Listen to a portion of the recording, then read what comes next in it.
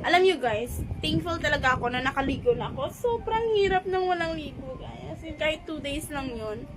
As in, sobrang, ang pilit sobra kasi nga nahilot tayo. Bawal tayo maligo. So, for now, actually kahapon nakaligo na kami guys. So, ano lang, kung babalikan ko lang, di ba, yung mga araw na hindi ako naligo. Ako, ang hirap-hirap talaga guys. Hindi tayo mabubuhay na hindi naliligo.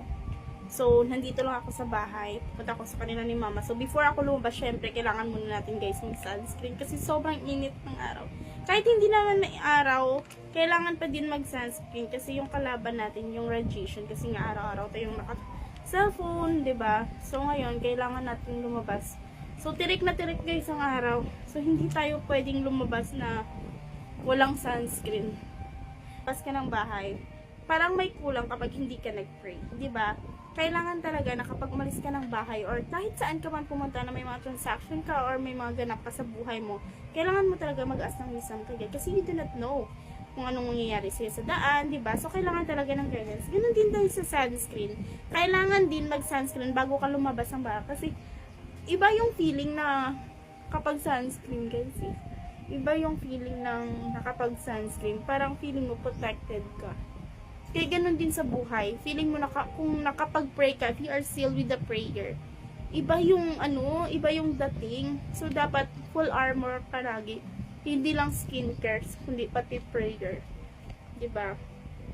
May skincare ka na, may prayer ka pa.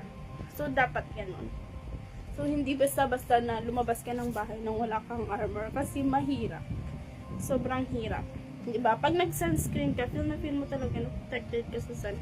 Iba yung dulot ng sun ngayon. Nakaka-pimple siya, nakaka-itim siya ng balat. As in, super. Iba yung niya, packet niya.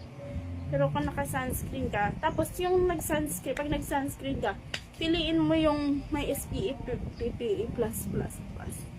And with UVA and UVB sun protection. See, tingnan mo yan guys. Sunscreen lang yan. So, I'm using the Hikari sunscreen. Ay, nakalimutan ko. Hindi ko makita. Wait.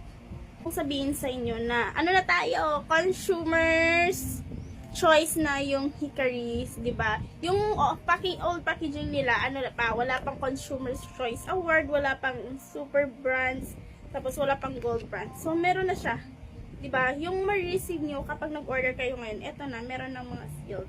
Tapos, meron super brands. Diba? Laging sold out to guys. Ano hindi ba naman masusold out? So, sobrang ganda ng product ng Hikari as in, yung Hikari sunscreen nila. Kaya, see?